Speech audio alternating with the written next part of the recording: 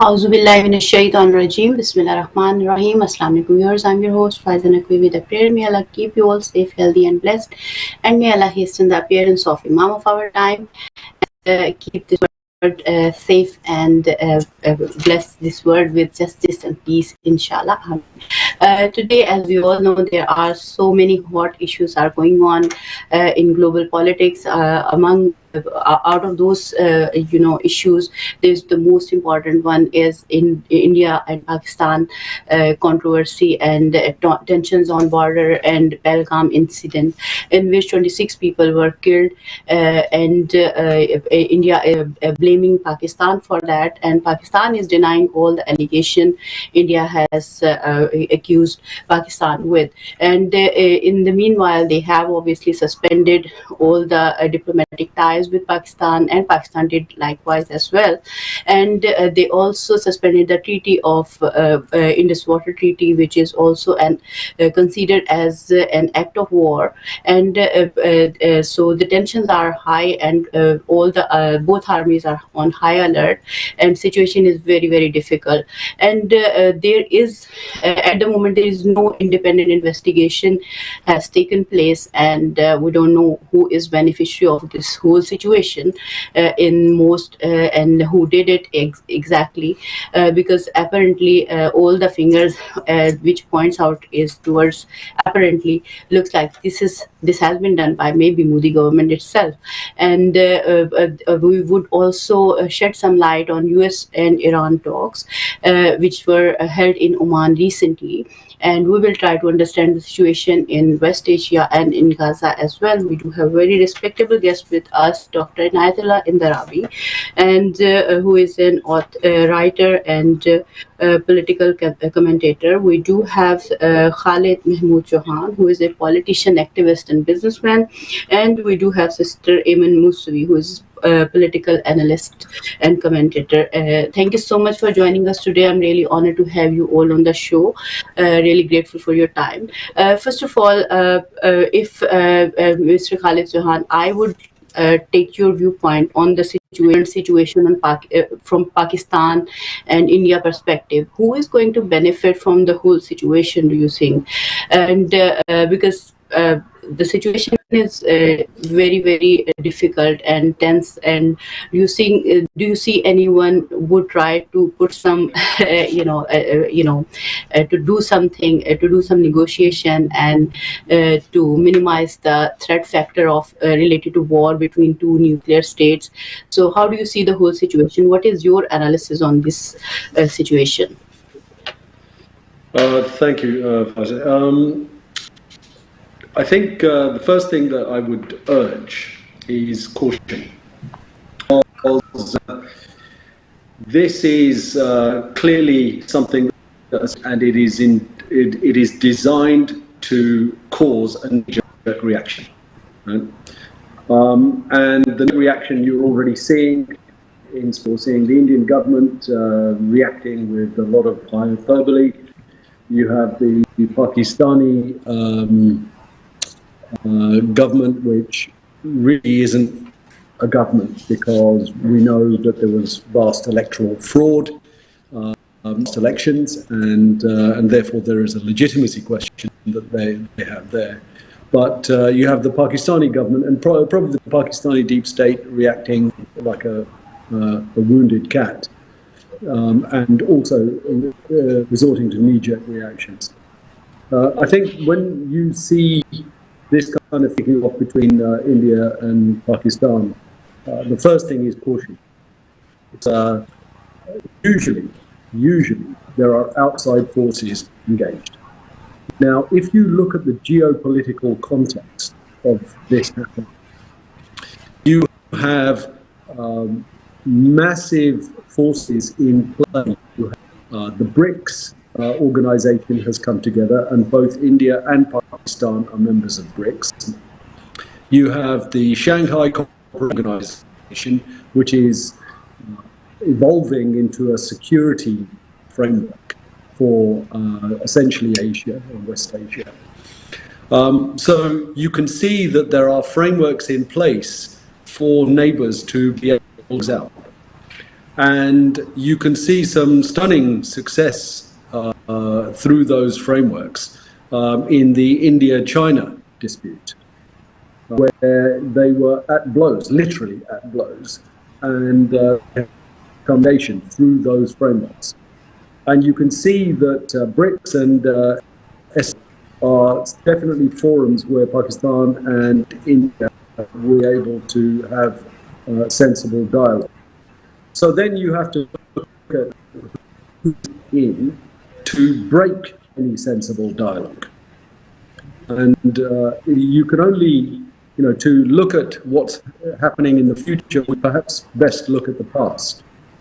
And if you look at the past, the British Empire at the time of partition had no intention of leaving India, absolutely none. That is quite obvious. When you take a cartographer from Harrow Council and then tell him with 14 days got to draw a map of partition between in the most populous geography on the planet, that tells you you have no intention of making that work, which is what happened. They actually took a council employee from Harrow and got him to do the partition. Now, if you look at the rest of the partition dialogue, the nascent Pakistani administration had no offices. All the records were destroyed. All the records were carted off. So that was obviously a recipe for failure of the nascent Pakistani state. It's actually a miracle that it continued. If you look at the killings, the British Indian Army was the biggest military force, one of the biggest in the world. My father was in it, and so were most of my family. And to stand down. The police were ordered to stand down. Now we can see, if we fast forward to Iraq and what the Americans did in Iraq, we can see exactly the same pattern. They stood this country, ordered the police to stand down so that then they could use essentially terrorist proxies. And you can see the same thing has happened in Syria, the same thing happened in Lebanon. As the saying goes, you can fool me once, shame on you. If you fool me twice or more, shame on me. When you see the same pattern repeating over and over, the use of terrorism to cause strife, you have to question for being fooled by it every time. So quite clearly, there is strong casus belli to suggest that there are outside forces involved in this. There are 3.5 million Indian paramilitaries in Kashmir. I mean, that is stunning. I mean, that is quite incredible. It means that there's paramilitary forces on every single street, halfway up the street, 3/4 of the way up the street. How anyone could conduct this kind of operation without those paramilitaries being informed or able to stop it is just stunning, right? So quite clearly there are forces in the Indian deep state that need to be questioned. But ultimately, I think one look elsewhere. I think you have to look outside. You could see thrashings of the sort of neoliberal Western order going on with Trump tariffs, the debacle of the Ukraine war, and the deindustrialization of Western Europe. So you can see that this hybrid warfare now will happen in many, many places. Quite frankly, because the main targets, Russia and China, and also Iran, I would say, are just too hard to attack head on. So I think in the debate, you can see a lot of hot air. I mean, the notion of somebody being able to close off the whole of Pakistan's water supply is just ludicrous. It's just laughable. It's physically not possible. I'm not an engineer, but I'm sure there are engineers out there be able to easily tell you that is just not possible. So all of this hot air bloviating from both Indian politicians and the illegitimate Pakistani government, who also need a distraction. So you can see a number of interests coming together. You can see that the Modi government needs a distraction because its performance in relation to China is dismal. And ordinary Indians are now noticing that while the Trump tariffs came in and India was busy trying to find who it could ingratiate itself to in order to avoid the tariffs on India, China stood strong. So India, this message is not lost on Indians. So they need a distraction. You have the Pakistani government, which is entirely illegitimate, needs a distraction. You have the empire of chaos, as it's widely now known, world, desperate to maintain its hegemony, and that also needs a distraction. So I would say to everybody, time to pause, take a breath, look at what's going on, and then make some decisions.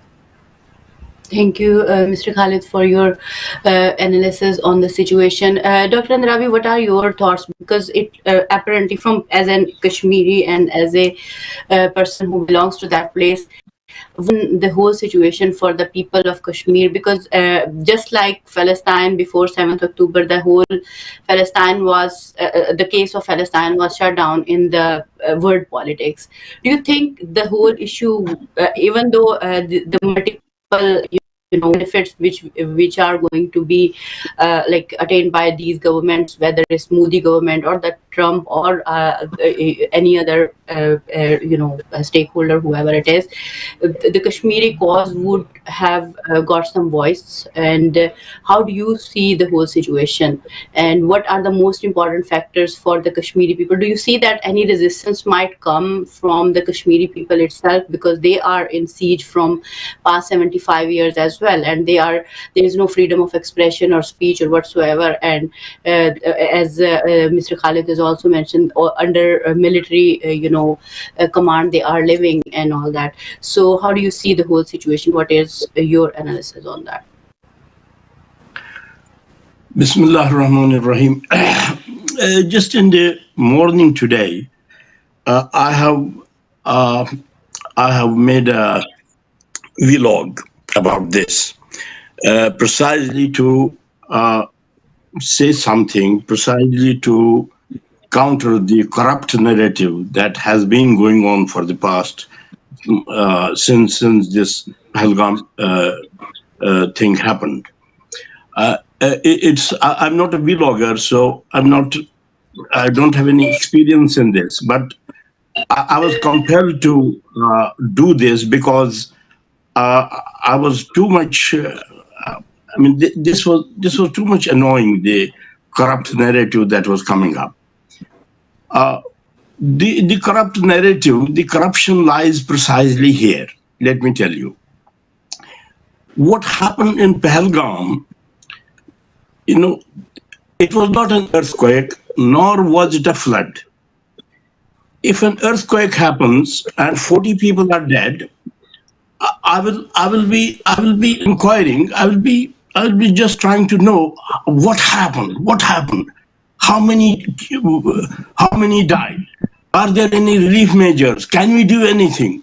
I will be doing all the things. I'll be asking all the questions relating to what happened.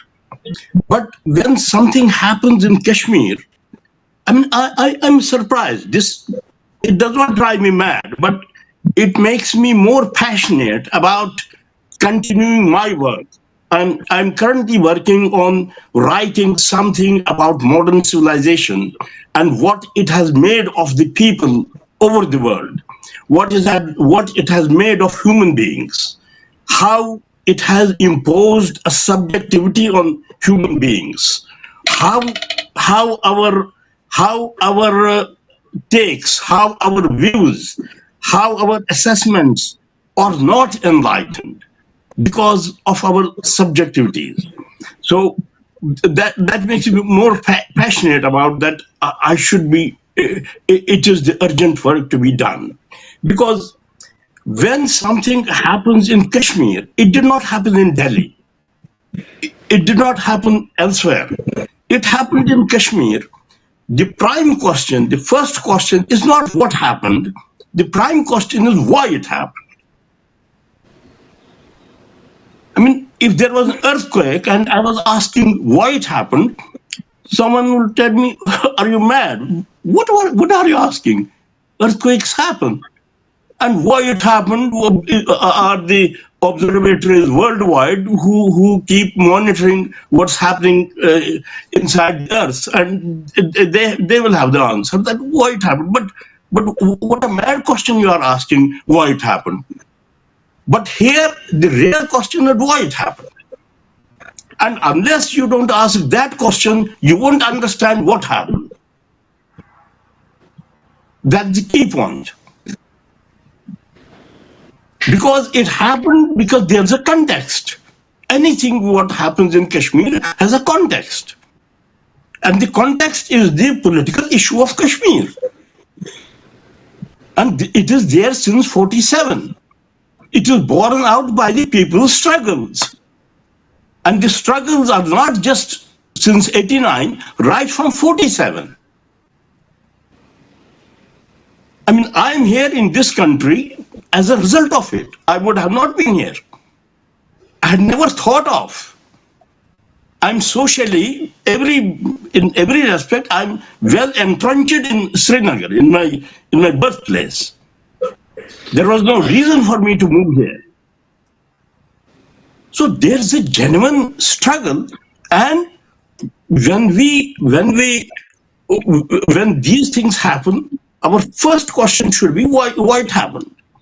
And I will tell you, I will refer to again this United Nations General Secretary General, when 7th October 2023 happened, and everybody was saying straight away, they were simplifying things and saying terrorist act by Hamas and all this. And when he was asked, and someone asked him, "You are not very, very clear in condemning it or saying terror." He said, "Because this has not happened in vacuum."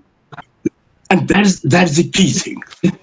When something does not happen in vacuum, you have to look for the context. And if you do not look for the context, and you have to look for the context not to legitimize what has happened, not to seek justifications for what had happened, simply because you have to look at the totality of the picture in order to understand.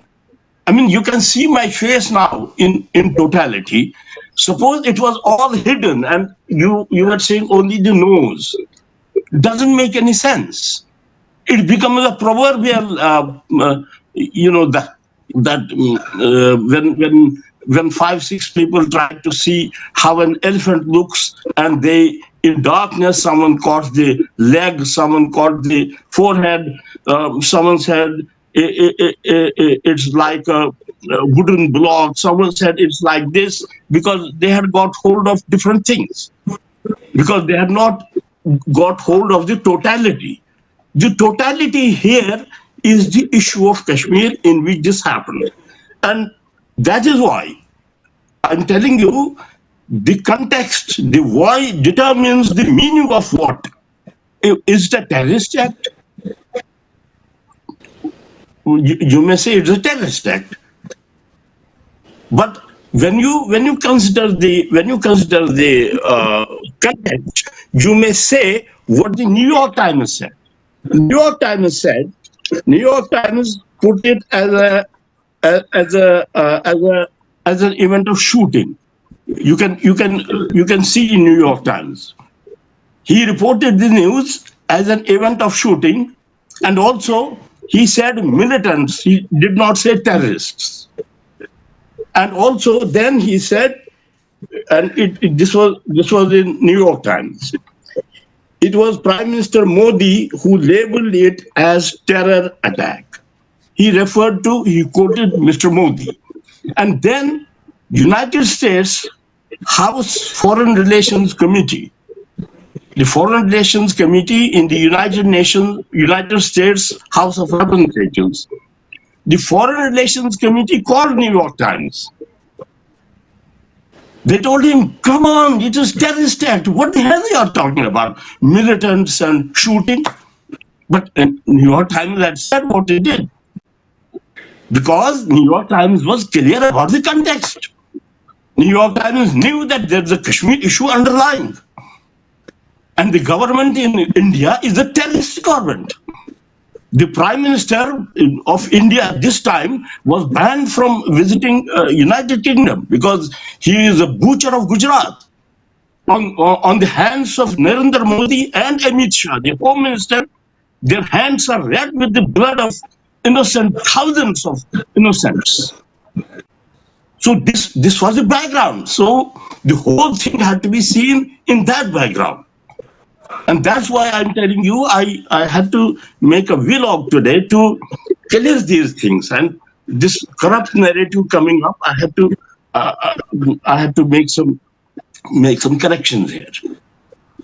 So now the point now where we are here now is that the BJP claim, it was the claim of BJP that we removed Article 370 and we did it and everything is now okay. It was exactly the same thing. It was exactly the same manufactured reality which Netanyahu had manufactured for Gaza. Just 1 month before of October 23, Netanyahu had said almost the same thing. He had said Tel Aviv will become the hub of world trade because they were signing Mohammed bin Salman and Netanyahu and Modi. They were signing a plan of making a trade route from India, going through Middle East, going through Tel Aviv, and reaching Europe. It was just 1 month before.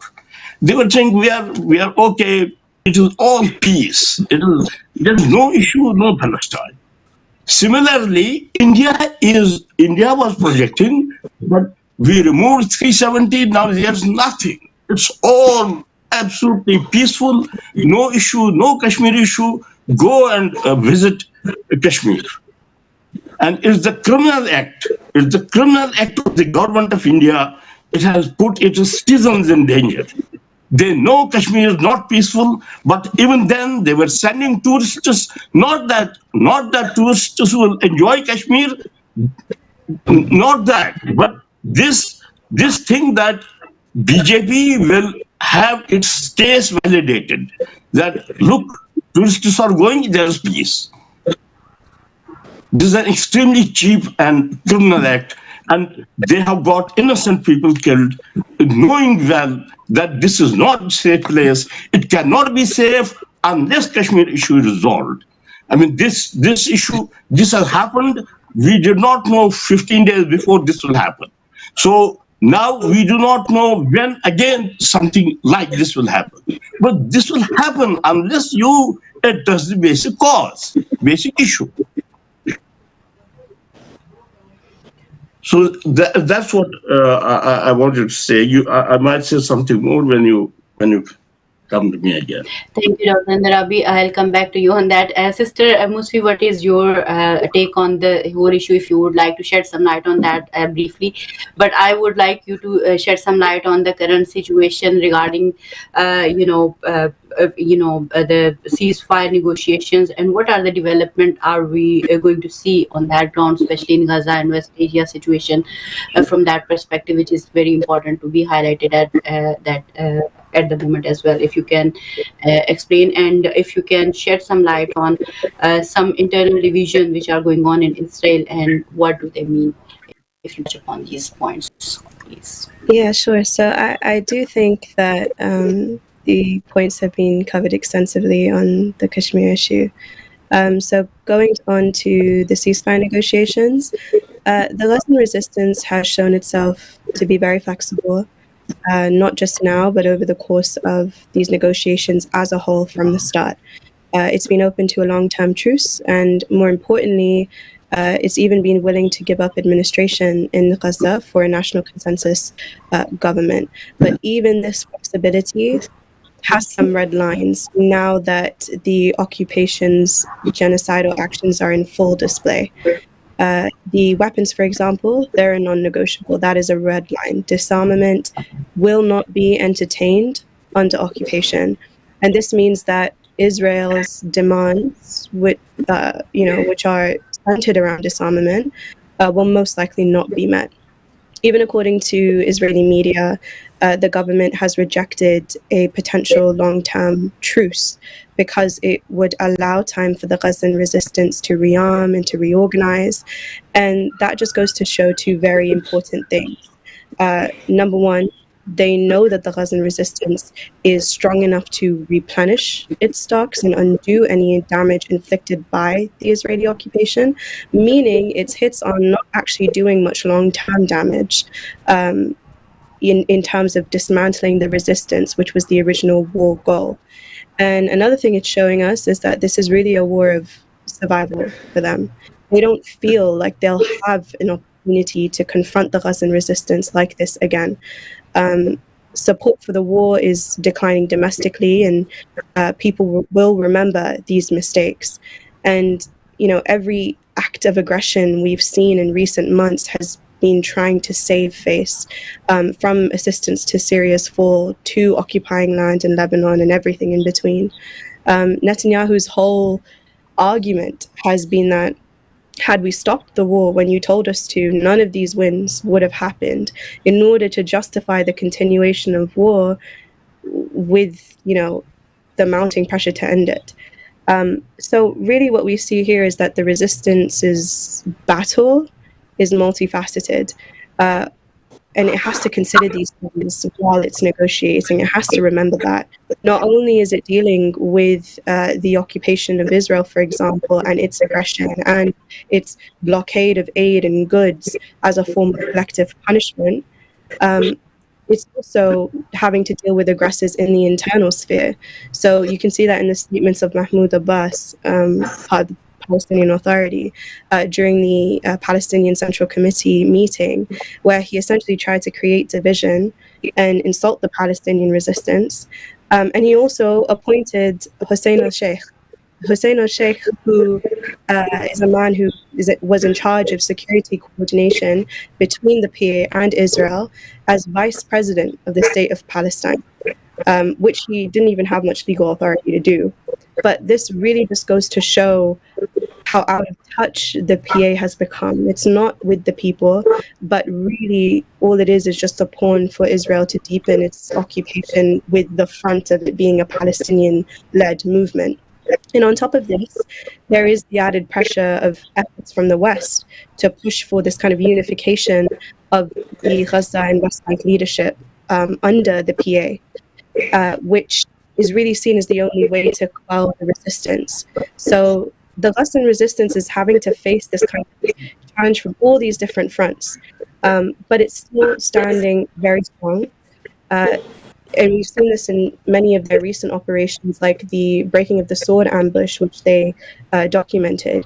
It was a clear sign of their strength, their precision in their operations, and their ability to withstand this pressure. And this will also carry on in the negotiations. Thank you, Sister Musi. Mr. Chauhan, what are your thoughts on? Are you finished, Sister Ayman? Just in case, if you want to add anything else, you're most welcome to add. No, I am. I just realized I didn't answer the second part of your question about the internal divisions. Yeah. Do you want me to? Sorry, are you continuing? Sister was supposed to finish. She saw this. She just forgot to answer the second part of the question. So yeah, in terms of the internal divisions, I mean, they've been going on much before this war. Netanyahu has sought to consolidate his power through judicial reform, by weakening the power of the Supreme Court way before this war even started.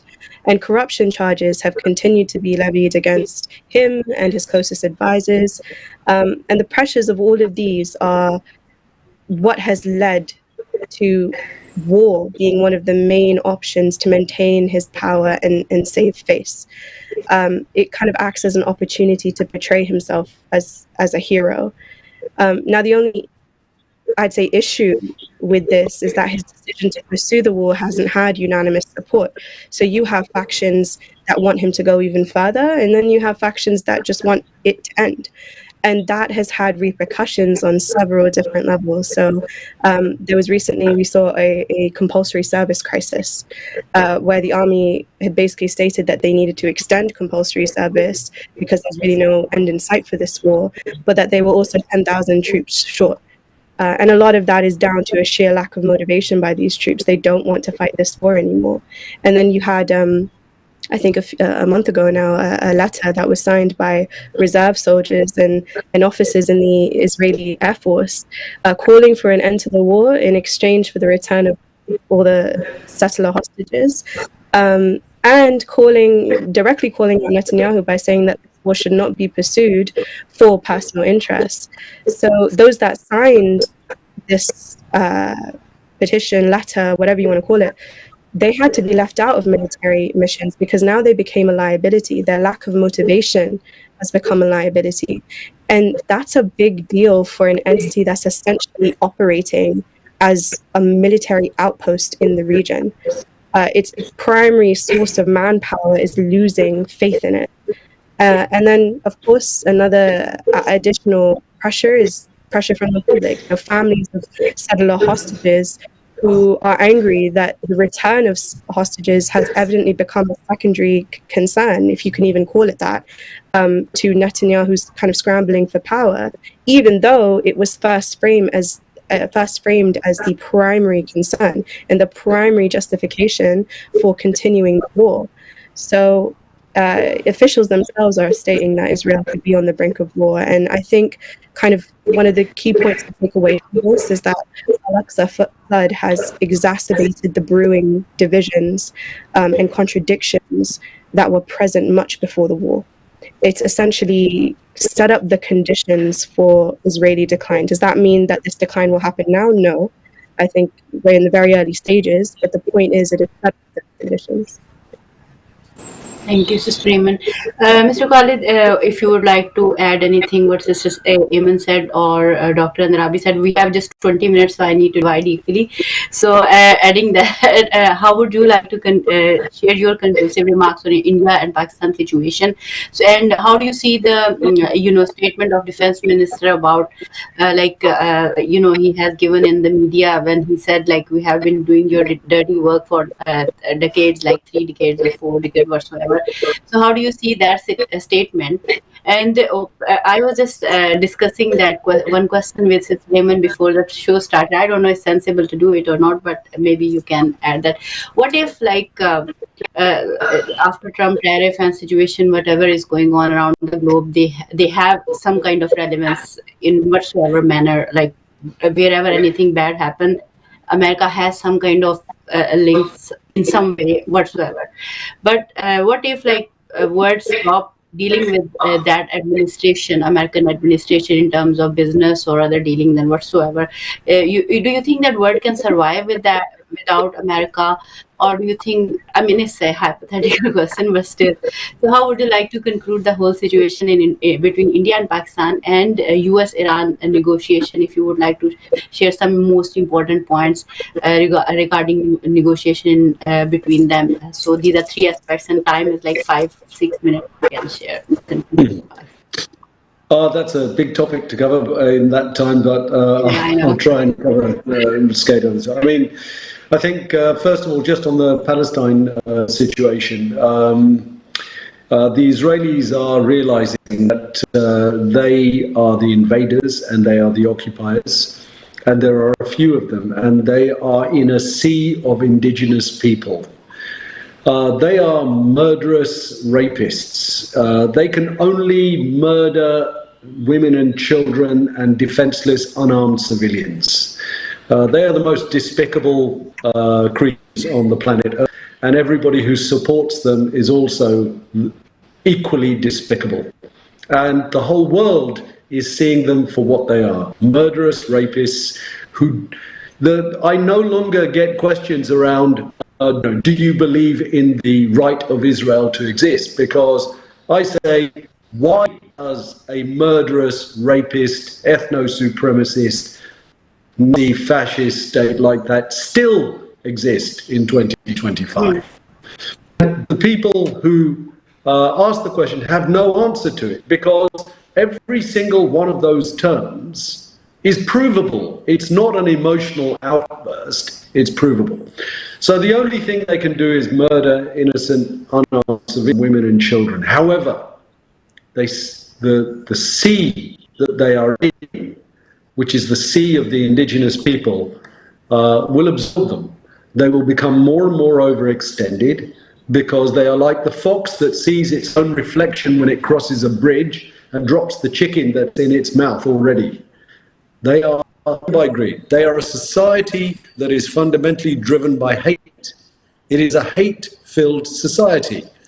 When you have a society driven by hate, that cannot be cohesive for very long. It is only cohesive while it's focused on some other object of hate, but eventually they will hate each other. And this is directly translate again, across to Dr. Saab's comments.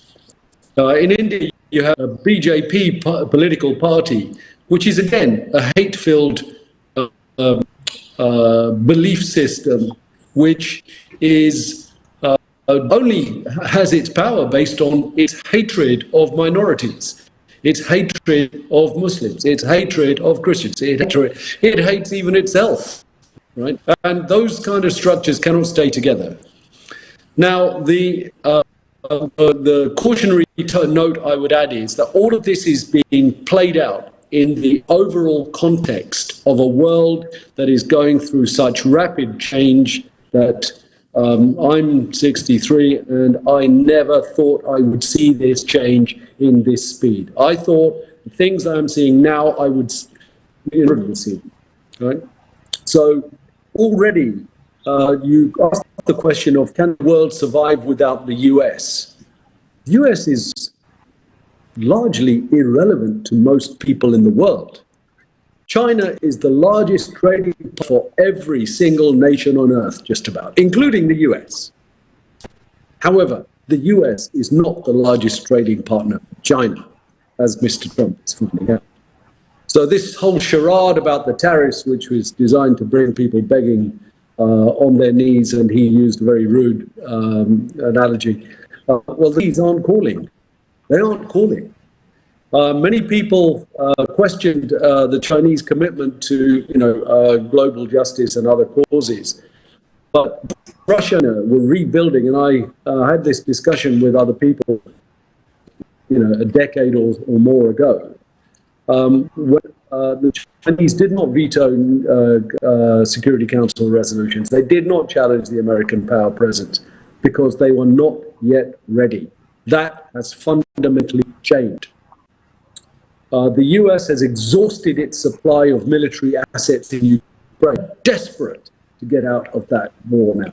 So you have the horrible and ridiculous charade of the nation that started the war pretending that it is an honest broker between the two fighting forces, when in fact they were the key instigator of the war in the first place. And this is widely acknowledged, both in the US as well.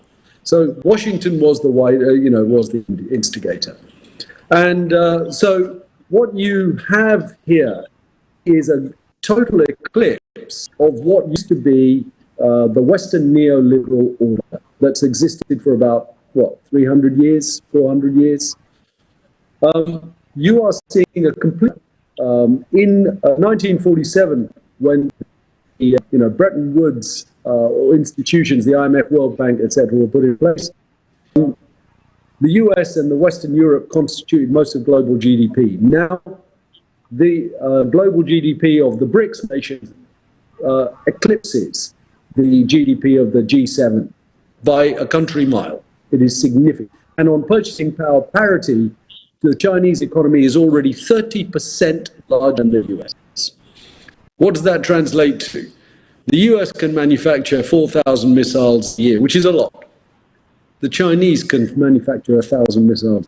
I mean, that horse is already bolted. So what we're seeing now is actually the thrashing around. And what we're seeing in Gaza, what we're seeing in Palestine, what we're seeing in Syria, what we're seeing in Kashmir, are various attempts to basically light fires everywhere, so that the BRICS nations are so busy firefighting, and the rest of the world is so busy firefighting that they don't continue forming the connections that render the Western neoliberal order irrelevant. But you already have China has six, completely replaces Visa. You have MPay, which is going to replace SWIFT, etc. So you have these discussions are happening at a pace. I think we're looking at a very different world. I think we have to be ready for more pain. I think the battlefield is going global.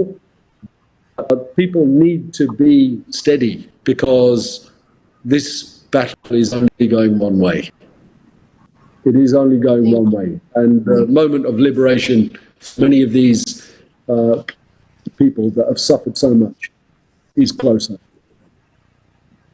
Thank you, Mr. John, for your conclusive remarks. I'll come back to Dr. Andarabi after Sister Musfi precise comments on, especially what do you think regarding negotiation between US and Iran, and how do you see the future of resistance in the region, especially in, for example, Palestine and Lebanon and Yemen and all that? How do you see the future of and what are your conclusive thoughts on the whole discussion? I would like you to, in 4 minutes, maybe if you can conclude, so that I can give 6-7 minutes to Dr. Andarabi. Okay, so the negotiations with Iran show that Trump wants to reach an agreement. The fact that negotiations are even being pursued is a clear indication that Trump sees Iran as a force that is here to stay in the region. It wouldn't do so if it thought it was weak and easily removable, easily uprooted. Though it is to discuss uranium enrichment, Iran has made very clear that these negotiations will not at all include Iran's defense capabilities. So Trump can make all the statements he wants publicly to allude to this being, about defense capabilities, as in preventing Iran from reaching a level where it can manufacture nuclear weapons, but it's simply not the case. And Iran has made clear that it's not even interested in doing so. So negotiations mean that Trump essentially doesn't want to pursue military confrontation with Iran, which is very different to the statements he was putting out there not too long ago. Netanyahu, on the other hand, does. They are not aligned in this issue, but ultimately American interests reign supreme in their relationship. So it's through these negotiations that Iran is able to gain legitimacy, international legitimacy, and also lessen the pressures of sanctions. And likewise, the US is able to avoid its military confrontation while also somewhat looking strong. So the real loser here is Israel, which thought that the Trump administration would bend to its desire to strike Iran decisively, or at least do something strong, hit them strong. But once again, it's been left sidelined. And on top of that, it's also facing those internal fragmentations that I discussed before. Generally speaking, I think negotiations are a way to diffuse tensions and divert and also diffuse American pressure. It allows Iran to kind of gain that next level of legitimacy. It keeps Israel on edge. So there has been a lot of positivity on both sides, but I think we need to give it some time to play out. The key thing here, though, is Trump wants a deal. He wants to avoid military confrontation.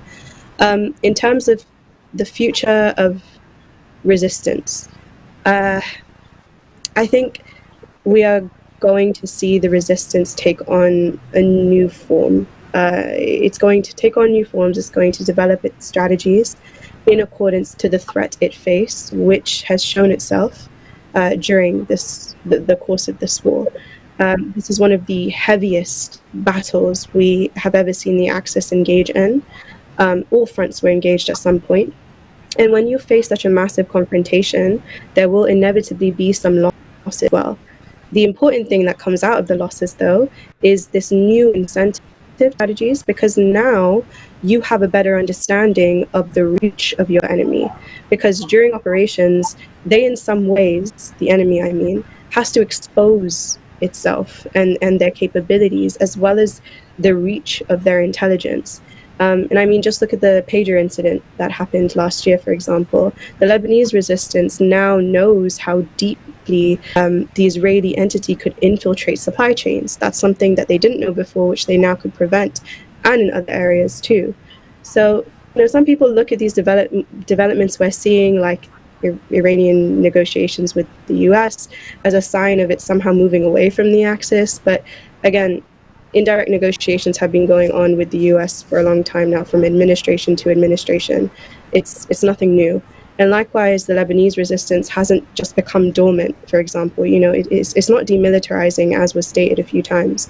It's recuperating, it's reorganizing, it's diverting its attention to direct confrontation, from direct confrontation to diplomacy, given the soft challenge it's been facing by the US and the new government's tendency to lean towards US alignment and everything else that brings, including a softer stance towards Israel, which is currently occupying several points in Lebanon.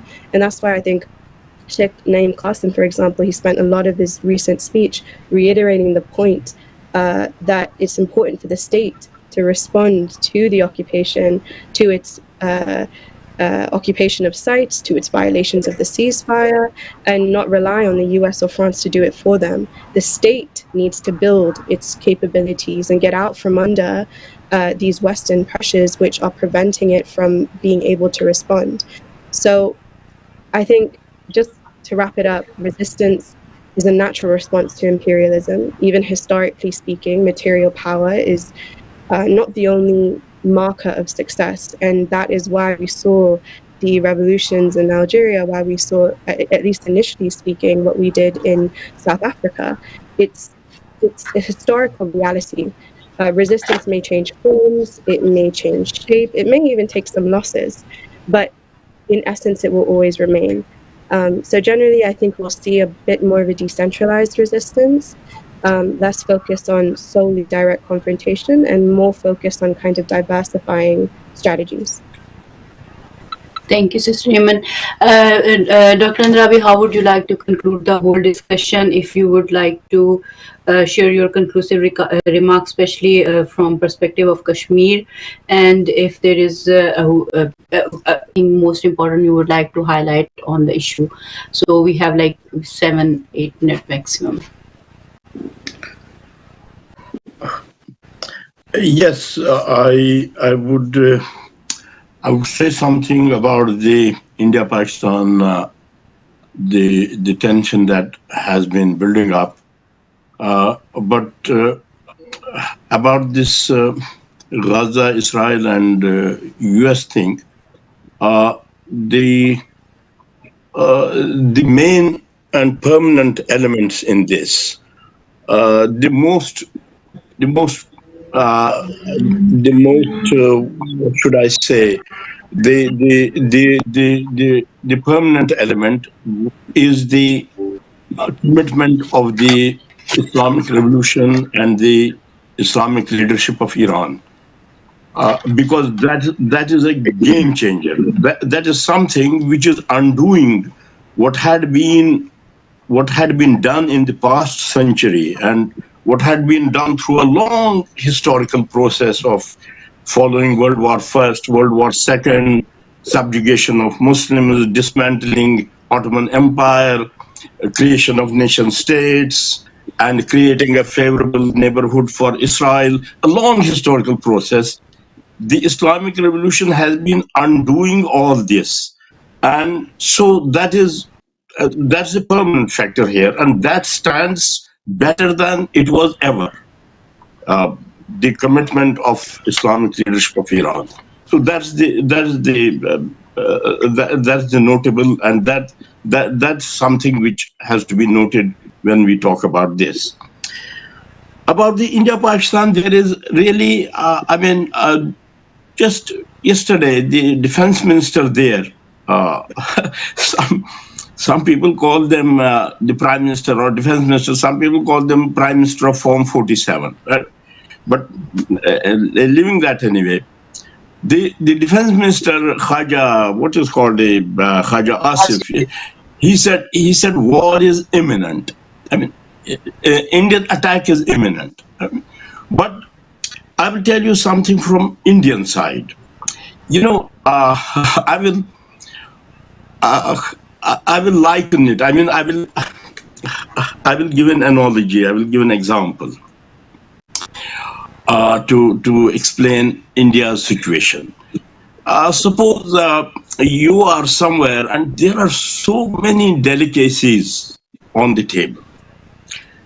Your dream world is saturated. You have so many delicacies, and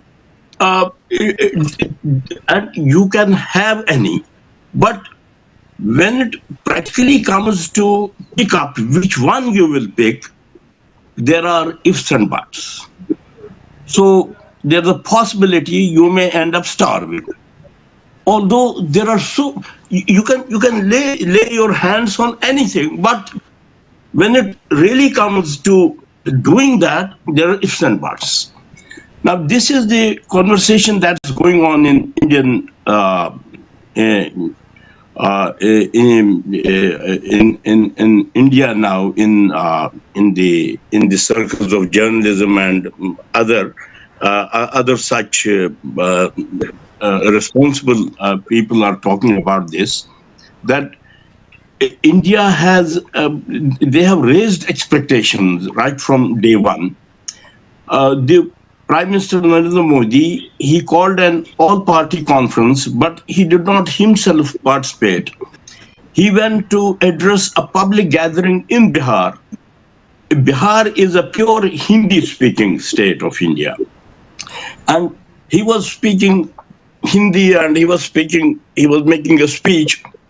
All of a sudden, he switched over to English, saying that we will trace these terrorists, we will go after them. And I mean, this was, everyone could see that he was speaking to the world, that we are going to attack Pakistan and we are going to get them anywhere, wherever they hide.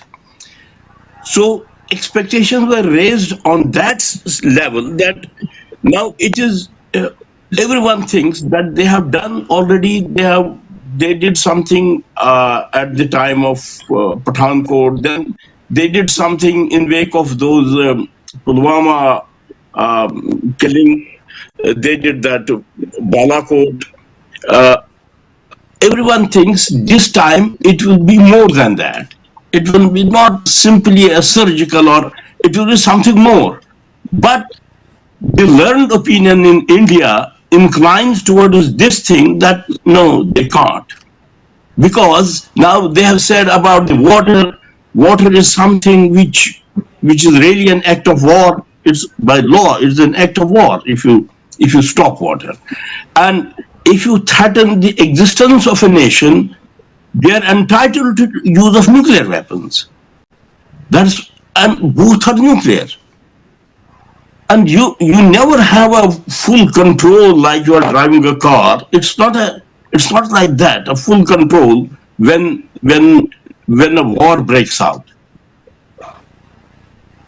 So this is a very tense situation, and I would say India has put itself in a very difficult situation, because it has to meet the expectations of people, and also the Congress is playing a very, to me, I mean, I have a suspicion that Congress is playing a very dangerous game.